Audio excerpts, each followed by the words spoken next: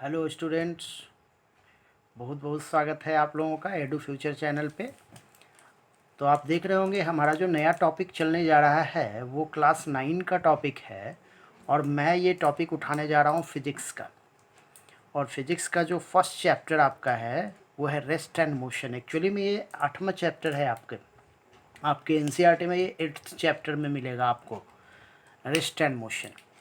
देखिए, बहुत ही important concept है रेस्ट एंड मोशन का। लेकिन एक और बात मैं पहले बता देना चाहूँगा कि आखिर ये फिजिक्स हम लोग जो स्टार्ट करने जा रहे हैं, तो कुछ मैं बेसिक कॉन्सेप्ट आपको देने जा रहा हूँ फिजिक्स का। हम लोग देखते हैं कि फिजिक्स क्या है, थोड़ा सा इसको समझने की कोशिश करते हैं।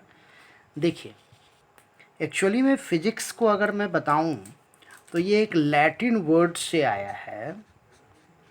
ये एक लैटिन वर्ड से आया है। और वो लैटिन वर्ड क्या है हमारा? वो लैटिन वर्ड है फिजिका। फिजिका टर्म से आया है ये। और इस फिजिका का मतलब क्या होता है? Natural things. इस फिजिका का मतलब होता है नेचुरल थिंग्स। ओके। तो हम लोग फिजिक्स में क्या स्टडी करते हैं? एक्चुअली में अगर मैं डिफाइन करूं इसको तो मैं लिख सकता हूं the branch of science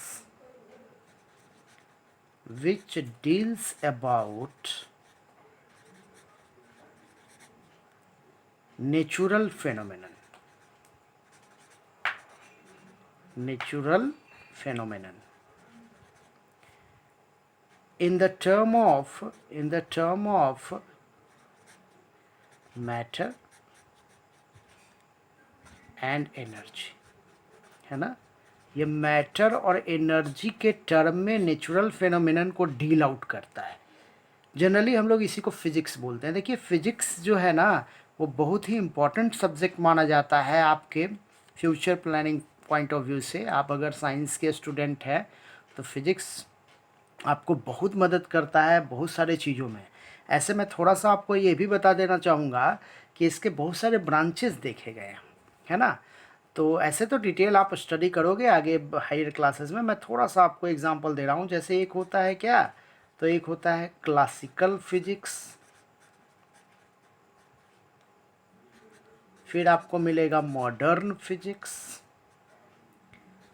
even आपको न्यूक्लियर फिजिक्स मिलेगा, एटॉमिक फिजिक्स भी आपको मिलेगा, बायोफिजिक्स आप नाम सुनेंगे, जियो फिजिक्स भी बोल सकते हैं हम लोग। जियो फिजिक्स नाम सुनिएगा आप मैकेनिक्स का नाम सुनिएगा, क्योंकि आपको ज़्यादातर मैकेनिक्स ही पढ़ना है आपके सिलेबस में। ओके, तो मैकेनिक्स का नाम सुनिएगा आप। एकॉस्टिक का नाम सुनिएगा, साउंड भी पढ़ना है आपको। एकॉस्टिक साउंड से रिलेटेड टॉपिक पढ़ेंगे इसमें हम लोग, है ना? आप ऑप्टिक्स पढ़िएगा। ऑप्टिक्स हालांकि 10th क्लास का टॉपिक है। थर्मोडायनेमिक्स है, थर्मोडायनेमिक्स आपको हायर क्लासेस में पढ़ना है।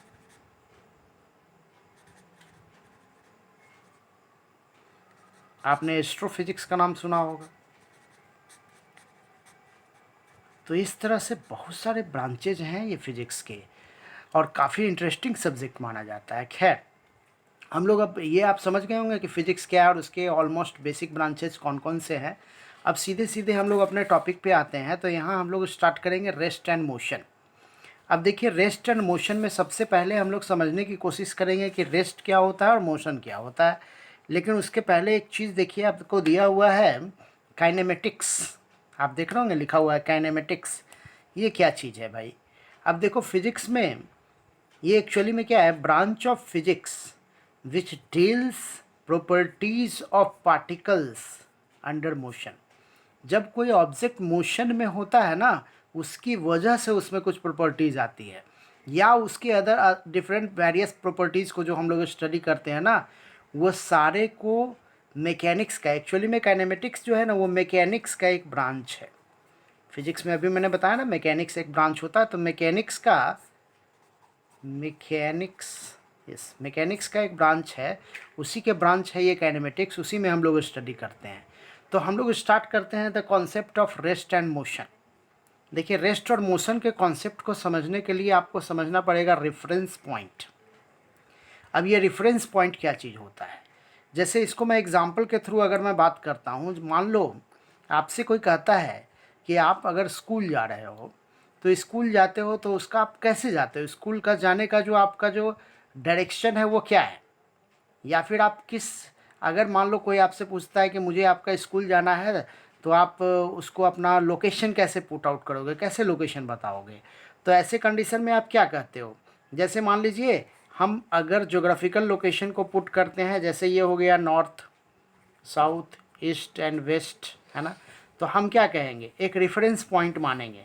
जैसे रेफरेंस पॉइंट सबसे पहले आपका क्या होगा, आपका घर होगा, मान लीजिए आपका घर रेफरेंस पॉइंट है, तो आप क्या कहोगे कि आप घर से निकलोगे, मेरे घर से निकलोगे, और मेरे घर से मान लो साउथ जाओगे, तो साउथ जाना है तो इसका मतलब किधर गया, इस तरफ गया।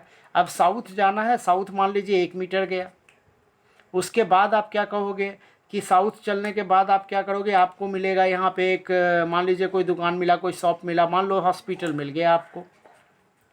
अब हॉस्पिटल से आपको क्या जाना है भाई, तो उससे आपको ईस्ट जाना है, हॉस्पिटल से हम चले गए ईस्ट, मान लीजिए 2 मीटर हम ईस्ट चले गए। अब ईस्ट जब जाइएगा तो फिर आपको क्या मिलेगा, मान लीजिए कोई शॉप मिलेगा आपको, ईस्ट जाने पर मान लीजिए कोई शॉप मिलेगा आपको। अब शॉप मिला, शॉप से फिर आपको जाना है किधर, तो साउथ जाना है, साउथ जाना है 5 मीटर, साउथ जाना है 5 मीटर, देख रहे हैं, मैं इसको फॉलो कर रहा हूँ।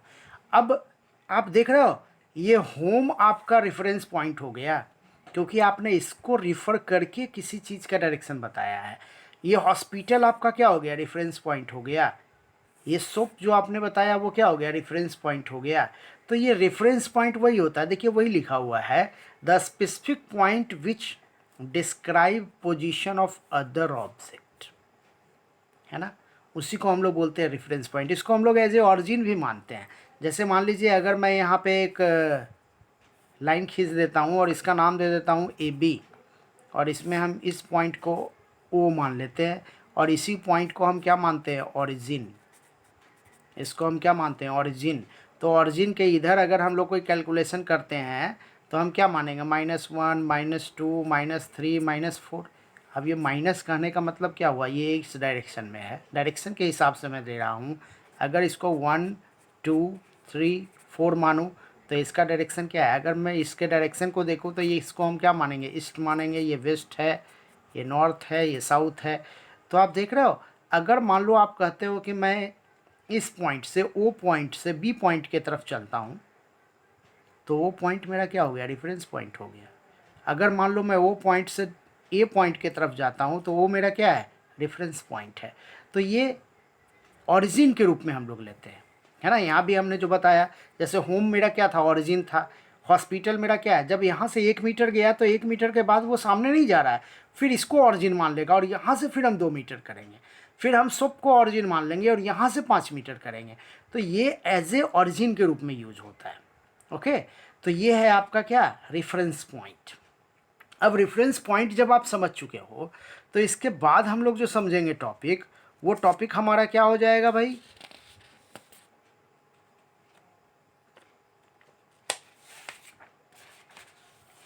वो टॉपिक हो जाएगा मोशन और रेस्ट। आप देख रहे होंगे, अब मोशन और रेस्ट जो है वो सबसे पहले मैंने लिखा है कि ये रिलेटिव टर्म है। ये कैसा टर्म है, रिलेटिव टर्म है। रिलेटिव टर्म कहने का मतलब क्या होता है, with respect to, with respect to, है ना, मतलब किसके रिस्पेक्ट में। अब देखो यहाँ पे रिस्पेक्ट बहुत सारा चीज़ हो सकता है। जैसे मैंने एक एग्जांपल दिया, जैसे मूविंग ट्रेन। अब मूविंग ट्रेन में मान लीजिए कि ये मूविंग ट्रेन है भाई, मैं थोड़ा सा इसका फिगर बनाने का कोशिश करता हूँ, आप समझ लीजिएगा, आपको मान करके चलना है कि भाई ये ट्रेन है ना। ऐसे बस टाइप का लग रहा है, लेकिन आपको ट्रेन मान के चलना है, क्योंकि मैंने ट्रेन ही लिखा है या बस भी लिखा है मैंने, है ना। अब मूविंग ट्रेन में मान लीजिए 2 पैसेंजर, एक पैसेंजर मान लो, एक पैसेंजर जो है वो मेरा यहाँ बैठा हुआ है, और एक पैसेंजर मान लीजिए यहाँ बैठा हुआ है। ओके, तो आप देख रहे होंगे ये दोनों पैसेंजर को अगर हम लोग एक दूसरे के रिस्पेक्ट में बात करें तो ये दोनों में तो मूवमेंट नहीं होगा। ये दोनों पैसेंजर जो होगा एक दूसरे के रिस्पेक्ट में तो अपना पोजीशन चेंज नहीं कर रहा है।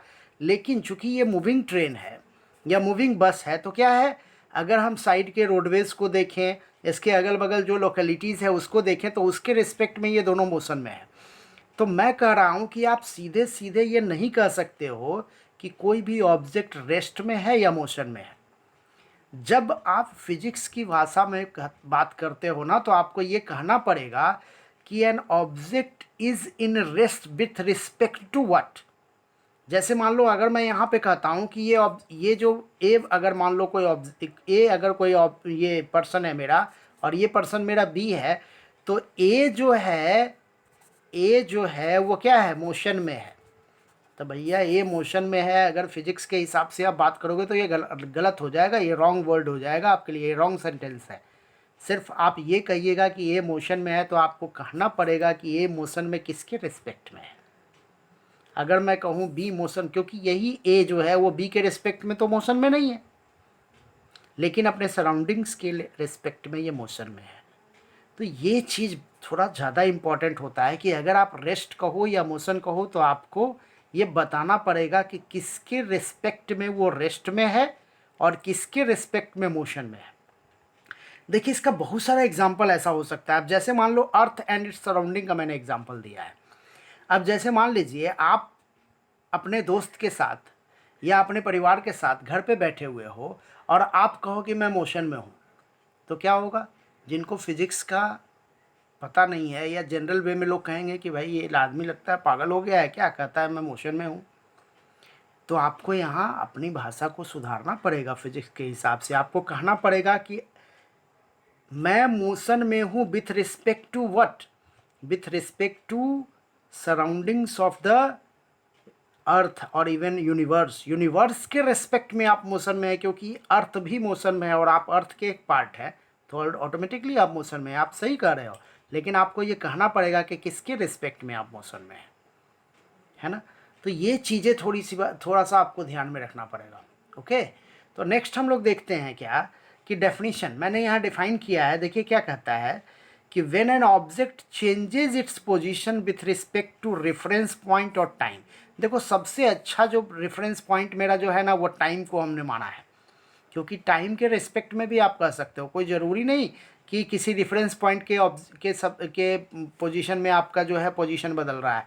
आप टाइम के रिस्पेक्ट में भी कह सकते हो कि पोजीशन चेंज हो रहा है ना। तो अगर कोई ऑब्जेक्ट अपना पोजीशन बदलता है रेफरेंस पॉइंट के रिस्पेक्ट में या टाइम के रिस्पेक्ट में, तो हम कहते हैं क्या, हम क्या कहेंगे कि ऑब्जेक्ट इन क्या है, मोशन है। और अगर ये नहीं बदलता है, not changes its position with respect to what, time और रेफरेंस पॉइंट, तब हम कहेंगे कि वो ऑब्जेक्ट क्या है, रेस्ट में है। तो ये बात आपको ज़रूर ध्यान रखना है कि ये रिलेटिव टर्म है, आपको विथ रिस्पेक्ट टू का यूज़ करना पड़ेगा, है ना। तो मोशन अगर है तो क्या होगा, ऑब्जेक्ट जो है अपना पोजीशन बदलेगा टाइम के रिस्पेक्ट में या फिर रेफरेंस पॉइंट के रिस्पेक्ट में। अगर मान लो वो अपना पोजीशन नहीं बदल रहा है टाइम और रेफरेंस पॉइंट के रिस्पेक्ट में, तो हम क्या कहेंगे कि वो रेस्ट में है। ओके, तो अब हम लोग आगे की बात करने जा रहे हैं टाइप्स ऑफ मोशन। देखिए बेसिक टाइप्स ऑफ मोशन कुछ बताया गया है। जैसे देखिए सबसे पहला मैंने बताया रेक्टिलिनियर मोशन। अब रेक्टिलिनियर मोशन क्या होता है, changes of position of object in single dimension, है ना। सिंगल डायमेंशन में अगर कोई मान लो ऑब्जेक्ट अपना पोजीशन चेंज करता है स्ट्रेट पाथ में, सिंगल डायमेंशन का मतलब क्या हो गया, स्ट्रेट पाथ में, तो इसी को हम लोग क्या बोलेंगे, रेक्टिलिनियर मोशन।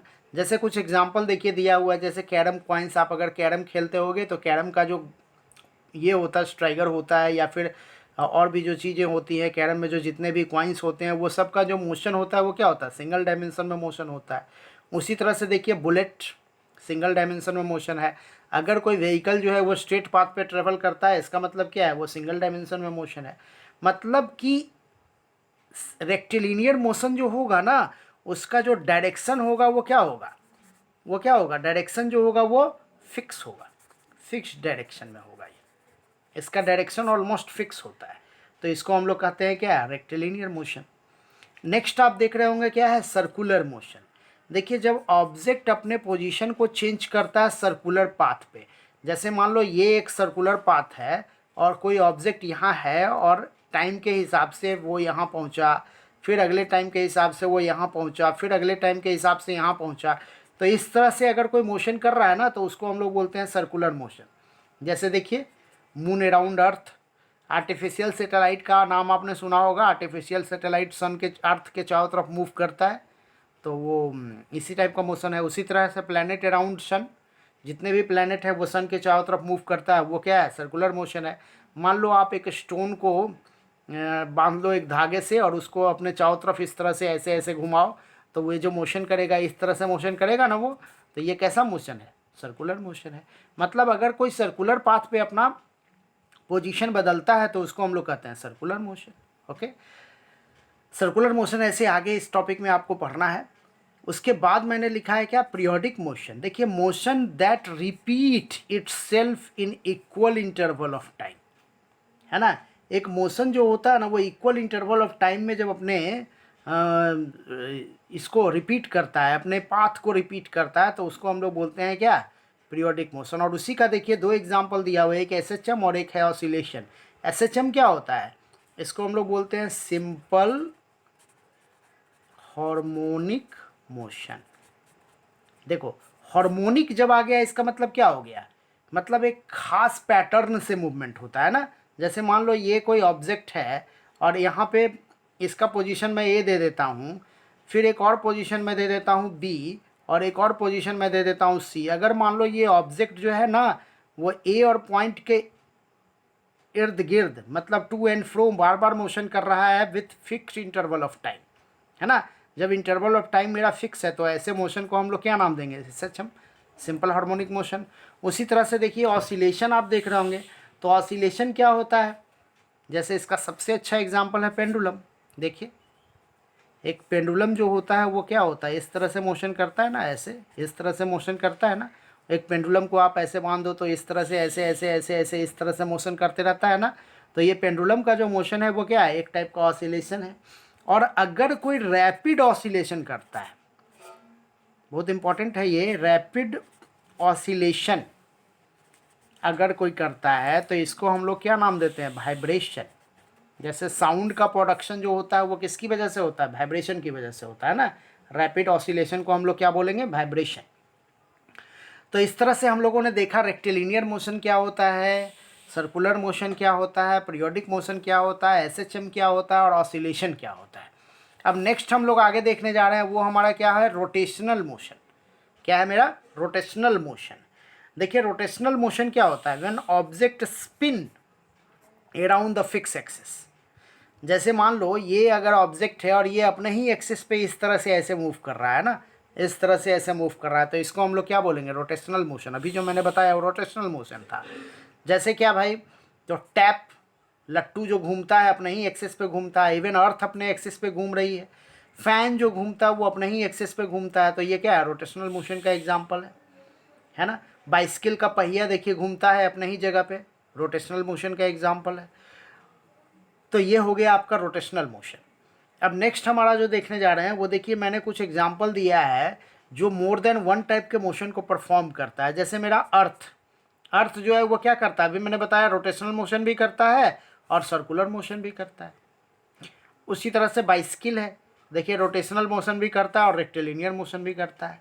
अब मूविंग बॉल है, मूविंग बॉल क्या क्या कर सकता है, ये रोटेशन भी कर सकता है, रेक्टिलिनियर भी कर सकता है,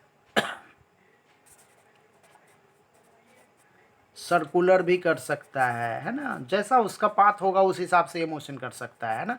तो रेक्टिलिनियर मोशन भी कर सकता है, रोटेशन भी कर सकता है, सारा मोशन कर सकता है। नेक्स्ट आप देख रहे होंगे मैंने एक क्वेश्चन दिया है आपके लिए, ये क्वेश्चन आपको खुद सॉल्व करना है। कमेंट बॉक्स में आपको इस क्वेश्चन का आंसर बताना है। देखिए क्या है, what type of motion performed by components of blood in artery and when. आपको बताना है कि आर्टरी और वेन जो है उसमें किस टाइप का मोशन करता है ब्लड, ब्लड का कौन सा मोशन होता है ना। आप इसको प्रॉपर वे में इसकी जानकारी हासिल करके इसका जवाब आप अपने कमेंट बॉक्स में ज़रूर दीजिएगा, हम मुझे इंतज़ार रहेगा आपके जवाब का। ओके, अब देखिए नेक्स्ट हम लोग देखने जा रहे हैं मोशन और को हम लोग समझने जा रहे हैं कुछ कॉन्सेप्चुअल पॉइंट ऑफ व्यू से। अब जैसे देखिए पहला मैंने बताया है, चूँकि आपका जो सिलेबस है ना वो एक्चुअली में रेक्टिलिनियर मोशन पर ही बेस्ड है मेन रूप से। तो क्या है, मोशन एलोंग स्ट्रेट लाइन। अब मैंने देखिए यहाँ पे क्या किया है, हमने कुछ पॉइंट डेवलप किया है। जैसे देखिए एक पाथ है, स्ट्रेट लाइन का पाथ है। स्ट्रेट लाइन के पाथ में देखिए हमने ओ पॉइंट माना है, ये इसको हम लोग क्या मानेंगे, ये ऑरिजिन पॉइंट है मेरा, ये मेरा ऑरिजिन पॉइंट है। और ओ के बाद हमने सी ले लिया है, फिर बी ले लिया है, फिर ए ले लिया है। अब देखिए यहाँ पे हम समझने का कोशिश करेंगे डिस्टेंस और डिस्प्लेसमेंट का, चेंजेज और पोजीशन ऑफ ऑब्जेक्ट का कोशिश करेंगे समझने का। अब मान लो एक ऑब्जेक्ट है ए, नहीं इसको मैं एक्स ले लेता हूँ, एक ऑब्जेक्ट है एक्स और एक्स का जो पाथ है वो क्या है, ये मैं लिख रहा हूँ। देखिए एक्स का मान लीजिए पाथ क्या है, ओ से ये गया सी पे, सी से ये गया है बी पे, और बी से वो फिर वापस आ गया सी पे। ध्यान दीजिएगा जरा सा, ओ से गया सी पे, तो ओ से जब सी पे जाएगा इसका मतलब क्या होगा, ये जो डिस्टेंस कवर करेगा, अगर मैं इसको मीटर में मान लेता हूँ, है ना, इसको मैं क्या ले लेता हूँ, इसको मीटर में ले लेता हूँ। अगर वो डिस्टेंस कवर करेगा तो कितना कवर करेगा, 25 मीटर। अब देखिए सी से गया बी पे, सी से बी पे गया तो 25 से 35 पे गया, इसका मतलब वो कितना गया, 10 मीटर डिस्टेंस और कवर किया है उसने। उसके बाद वो कहाँ पे आ गया, वापस आ गया सी पे, सी पे वापस आया तो 10 मीटर डिस्टेंस और कवर किया उसने। अब जरा ध्यान देना, देखो सबसे पहले हम ऑरिजिन मानेंगे किसको, पॉइंट ओ को। फर्स्ट ऑरिजिन मेरा पॉइंट ए है, ओ है। अब ओ के बाद सी गया तो ये सी मेरा क्या है, ये हम रेफरेंस पॉइंट भी मानेंगे ना, इसको हम रेफरेंस पॉइंट माने या ऑरिजिन माने। अभी मैंने थोड़ा देर पहले आपसे बात किया था कि रेफरेंस पॉइंट भी मान सकते हो, ऑरिजिन भी मान सकते हो। अब सी से वो गया है बी पे, देख रहे हैं, ये रेफरेंस पॉइंट है। अब सी से बी पे गया तो बी, फिर अगला रेफरेंस पॉइंट मेरा क्या हो जाएगा, बी। अब बी से फिर वापस सी पे आया है, देख रहे हो, 1 2 3 और ये मेरा चौथा, 4 रेफरेंस पॉइंट मैं यहाँ पे आपको बता रहा हूँ। तो अब अगर मैं बात करता हूँ डिस्टेंस का, अब अगर मैं बात करता हूँ what type of distance, how much distance covered by that particular body, that body which have taken as a X, तो डिस्टेंस कवर कितना हुआ। अब देखिए ओ से सी पे गया तो हम क्या लिखेंगे, ओ सी प्लस क्या लिखेंगे, सी बी, और प्लस क्या लिखेंगे, बी सी। मतलब मेरा क्या हो गया, 25 metre plus 10 metre plus 10 metre, मतलब टोटल डिस्टेंस कितना हो गया, 45 मीटर। देखिए वही नीचे लिखा हुआ है, क्या लिखा हुआ है, distance, the total length of path covered by moving body. एक मूविंग बॉडी जो होता है ना, वो जितना पाथ कवर करता है उसी के लेंथ को हम लोग कहते हैं डिस्टेंस। और ये क्या बतलाता है, सिर्फ मैग्नीट्यूड बतलाता है, इसमें डायरेक्शन मैंने नहीं बताया, देख रहे हैं, इसमें हमने क्या बताया, 45 मीटर हमने कहा। हमने ऐसा तो नहीं कहा कि 45 मीटर नॉर्थ है कि साउथ है कि ईस्ट है कि वेस्ट है, ऐसा तो हमने नहीं कहा। तो मैग्नीट्यूड है, डायरेक्शन नहीं है। तो ऐसे क्वांटिटीज को हम लोग क्या बोलते हैं, स्केलर क्वांटिटी। ऐसे क्वांटिटी को हम लोग क्या बोलते हैं, स्केलर क्वांटिटी।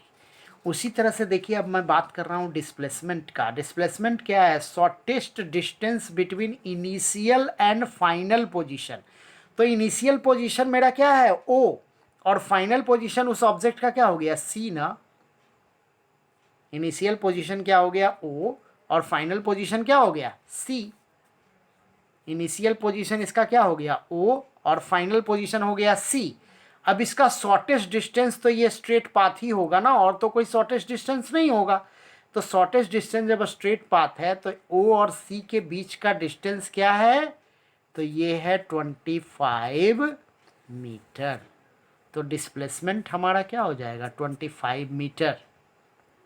और इसमें मैग्नीट्यूड तो 25 मीटर हुआ, और डायरेक्शन क्या है, डायरेक्शन मेरा है ओ टू सी, ये है मेरा डायरेक्शन, है ना।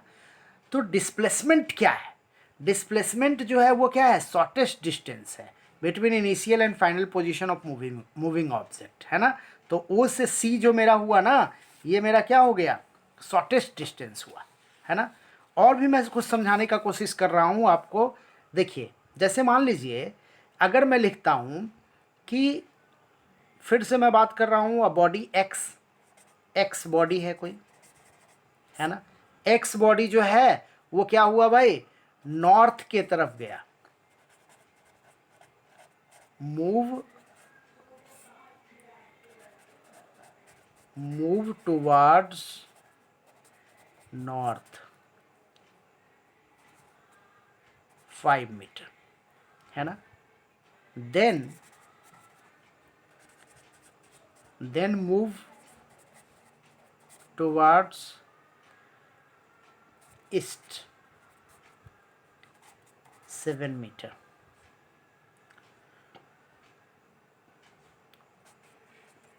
फाइंड डिस्टेंस एंड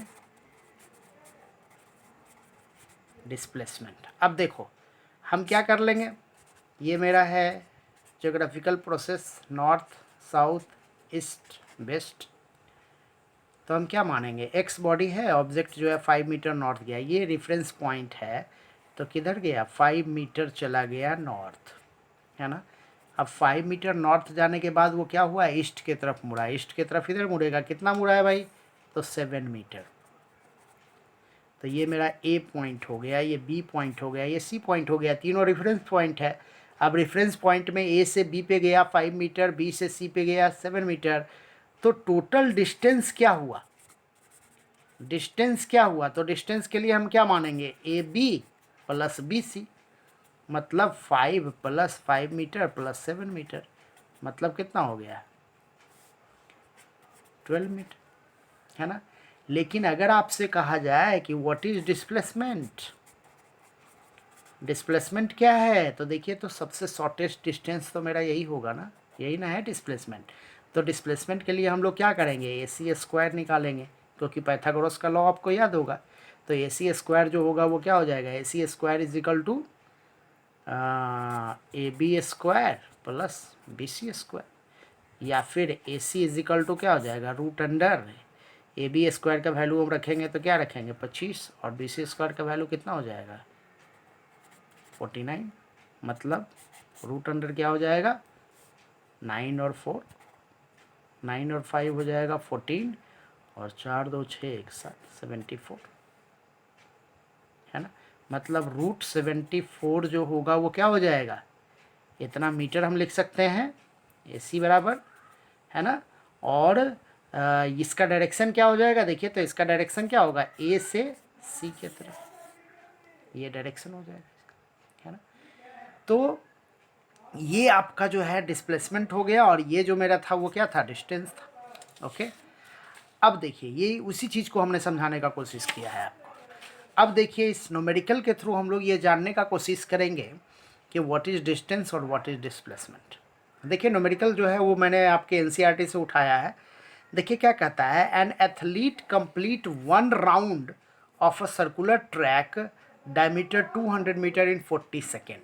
अब जैसे देखो, ये एक सर्कुलर ट्रैक है, और इसका डायमीटर जो है वो क्या है, मान लो डायमीटर मैं ए बी ले लेता हूँ, और ए बी का वैल्यू मेरा है कितना 200 मीटर। 200 मीटर हमारा क्या हो गया, डायमीटर। अब जब डायमीटर 200 मीटर हो गया, तो हमको क्या निकालना है, हमको निकालना है, अच्छा टाइम क्या दिया हुआ है, टाइम हमारा क्या दिया हुआ है, तो टाइम हमारा दिया हुआ है 40 सेकेंड फॉर 1 राउंड। एक राउंड के लिए है ये कितना 40 सेकेंड। अब देखिए, 1 राउंड के लिए 40 सेकेंड है, उसके बाद एक और टाइम दिया हुआ है, इसको हम T1 मान लेते हैं, एक और टाइम दिया हुआ है 2 मिनट 20 सेकेंड, है ना। तो इसका मतलब 2 मिनट का मतलब क्या हो गया, 2 गुने 60 सेकेंड में हम कन्वर्ट कर रहे हैं, प्लस 20, मतलब कितना हो गया 140 सेकेंड, है ना। अब ज़रा ध्यान दो, जब हमारा 140 सेकेंड हो गया, तो इसको हम सॉल्व कर रहे हैं। अब देखिए क्या कहता है आपसे निकालने के लिए, what will be the distance. तो डिस्टेंस क्या होगा, डिस्टेंस जो होगा इसका पूरा का पूरा सरकमफरेंस होगा। एक राउंड अगर ये मारता है, एक राउंड मारता है मतलब क्या होता है, अपना सरकमफरेंस जो होगा उसी के पाथ को हम लोग डिस्टेंस कवर बनाएंगे। और हमको बताना है क्या, 2 मिनट 20 सेकेंड में कितना। तो देखिए सबसे पहले हम लोग उसी पर बात कर रहे हैं, हम लोग डिस्टेंस निकाल रहे हैं। ध्यान दीजिएगा डिस्टेंस कैसे निकाल रहे हैं। देखिए डिस्टेंस निकालने के लिए हम लोग क्या कहेंगे कि कितना 1 राउंड जो हमारा होगा, इसके लिए हम लोग क्या करेंगे, सरकमफरेंस निकालेंगे इसका। अब सरकमफरेंस क्या निकालेंगे जरा ध्यान दीजिएगा। तो मैं पहले इस जो डेटा दिया हुआ ना उस पर बात कर रहा हूँ। अब देखिए 40 सेकेंड में वो कितना डिस्टेंस ट्रेवल करेगा। तो 40 सेकेंड में जो डिस्टेंस ट्रेवल करेगा वो क्या हो जाएगा, 2πr। अब ये 2πr बराबर क्या हो जाएगा जी, तो 2 इंटू हम पाई का वैल्यू ले लेते हैं 3.14 और r का वैल्यू देखिए तो क्या हो जाएगा, तो r इज इक्वल टू क्या हो जाएगा, d/2 मतलब 200/2 मतलब 100 मीटर। तो यहाँ पे हम कर लेंगे 100 मीटर। अब इसका वैल्यू देखिए क्या होगा, मैं यहाँ से उठा लेता हूँ, इसको हटा देता हूँ, 100 नीचे हो जाएगा ना, 100 को काट लेता हूँ और यहाँ पे देखिए मेरा क्या हो जाएगा 4 2 8 2 और 6 मतलब कितना हो जाएगा 628 मीटर। जब वो एक राउंड कवर करेगा ना 40 सेकेंड में कितना कवर कर रहा है 628 मीटर, तो 140 सेकेंड में कितना कवर करेगा, है ना। तो हम क्या बनाएंगे, अब देखिए 40 सेकेंड में इतना, तो 140 सेकेंड में कितना, तो क्या हो जाएगा 628/40 इंटू 140। अब देखिए तो ये कैलकुलेशन तो आसान है, आप कर सकते हो इसको। उसी तरह से अब हम लोग बात कर रहे हैं डिस्प्लेसमेंट का। अब हम लोग बात करेंगे डिस्प्लेसमेंट का। अब देखिए डिस्प्लेसमेंट कैसे निकलेगा। तो डिस्प्लेसमेंट के लिए क्या करेंगे, फिर से वही हम लोग आते हैं, 40 सेकेंड में कितना राउंड ले रहा है वो, देखिए तो 40 सेकेंड में कितना राउंड ले रहा है, तो 40 सेकेंड में ये एक राउंड ले रहा है ना। 40 सेकेंड में 1 राउंड ले रहा है, तो हम सीधे सीधे यही लिखते हैं 40 सेकेंड 1 राउंड कहने का मतलब क्या, यहाँ से यहाँ आ गया वापस, मान लो बी पॉइंट से चला, बी पॉइंट पे वापस आ गया मतलब 0 हो गया ना। अभी मैंने बताया ना कि डिस्प्लेसमेंट जो है वो क्या हो सकता है, सबसे मिनिमम डिस्टेंस। तो जब एक राउंड लेगा तो बी पॉइंट से चला वापस बी पॉइंट पे आ गया, तो इसका मतलब क्या हो गया, डिस्प्लेसमेंट 0 हो गया। आप अपने घर से मान लो स्कूल जाते हो और वापस अपने घर से अपने स्कूल से अपने घर आ जाते हो, इसका मतलब डिस्प्लेसमेंट क्या है, 0। लेकिन डिस्टेंस क्या हो जाएगा, आपके घर और जो स्कूल है ना, दोनों के बीच का जो डिस्टेंस को आपको डबल करना पड़ेगा, तब जा कर के वो क्या हो जाएगा, total distance covered bye you निकलेगा। तो वही बात है यहाँ पे कि बी पॉइंट से चला और वापस बी पॉइंट पे आ गया, इसका मतलब डिस्टेंस क्या हो गया, 0। तो डिस्प्लेसमेंट अगर हम लोग देखें तो एक राउंड में डिस्प्लेसमेंट 0 है, 2 राउंड अगर मारेगा तो फिर डिस्प्लेसमेंट 0। तो पहले हम लोग तो ये देख लें कि 40 सेकेंड में वो कितना राउंड मार रहा है, तो 40 सेकेंड में क्या मार रहा है, एक राउंड। अब देखिए हमको निकालना है 2 मिनट 20 सेकेंड, कहने का मतलब 140 सेकेंड में कितना राउंड, तो 40 सेकेंड में एक राउंड, तो एक सेकेंड में कितना राउंड, 1/40। तो 140 सेकेंड में कितना राउंड, तो क्या हो जाएगा 1/40 इंटू 140। देखिए हम इसको क्या कहेंगे 7/2 मतलब 3.5 राउंड। अब 3.5 राउंड का मतलब ध्यान देना ज़रा सा। अब देखो मैं इसको समझा रहा हूँ आपको। अब देखो एक राउंड, फिर दूसरा राउंड, फिर तीसरा राउंड और 0.5, देखो 3 राउंड आप मैंने बनाकर दिखलाया और 0.5 राउंड। 0.5 राउंड कहने का मतलब क्या हुआ, ये यहाँ से आकर के यहाँ रुक जाएगा, है ना, इसी पॉइंट पे रुकेगा, ए से चला बी पे रुक जाएगा। तो मिनिमम डिस्टेंस मेरा क्या होगा, ए बी। मिनिमम डिस्टेंस हमारा क्या होगा, ए बी। अब देखो यहाँ हम डिस्प्लेसमेंट क्या करेंगे, मिनिमम डिस्टेंस, और मिनिमम डिस्टेंस क्या है, ए बी, और ए बी बराबर क्या हो जाएगा 200 metre. So this is about what, displacement. तो ऊपर जो हुआ वो क्या हुआ, डिस्टेंस, और नीचे क्या हो गया, डिस्प्लेसमेंट। उसी तरह से आप नेक्स्ट क्वेश्चन देखिए क्या कहता है, farmer move along a boundary of a square field. मैं थोड़ा सा आपको इसको बताता हूँ, बाकी का काम आप खुद कर लेना इसका। देखिए फार्मर मूव से along a boundary of a square field. देखो ये मान लो एक स्क्वायर फील्ड है, इसका मैं नाम दे देता हूँ ABCD। 10 मीटर साइड इसका कितना है, 10 metre, 10 metre, 10 metre, 10 metre in 40 second. What will be the magnitude of displacement and farmer at the end of 2 minute 20 second. देखिए ये 2 मिनट 20 सेकेंड वही है जो मैंने पीछे बताया, 140 सेकेंड हो जाएगा ये फ्रॉम इनिशियल पोजीशन टू। मान लो इनिशियल पोजीशन मेरा ये है, अब यहाँ से एक राउंड जब चलेगा तो सिंगल राउंड में वो डिस्टेंस कवर क्या होगा। हालांकि आपको डिस्टेंस नहीं निकालना है, आपको सिर्फ डिस्प्लेसमेंट निकालना है। मैं बात कर रहा हूँ लेकिन डिस्टेंस का, सिंगल राउंड में अगर डिस्टेंस कवर करेगा तो कितना करेगा, 40 मीटर। देख रहे हो, 10 + 10 + 10 + 10 40 मीटर। लेकिन सिंगल राउंड में डिस्प्लेसमेंट क्या करेगा, सिंगल राउंड में डिस्प्लेसमेंट क्या करेगा, तो 0। सिंगल राउंड में डिस्प्लेसमेंट क्या करेगा, 0। तो आपको ये निकालना है कि 140 सेकेंड में ये कितना राउंड मारेगा। अगर 40 सेकेंड में ये एक राउंड मारता है तो 140 सेकेंड में कितना राउंड मारेगा, और वो जितना राउंड मारेगा ना तो उसका लोकेशन आपको देखना और निकालना है आपको, है ना। तो इसको भी आपको खुद से सॉल्व करना है ना। ये भी आपका HW ही है, और कमेंट बॉक्स में इसका जवाब देना है आपको कि आखिर वो डिस्प्लेसमेंट क्या होगा।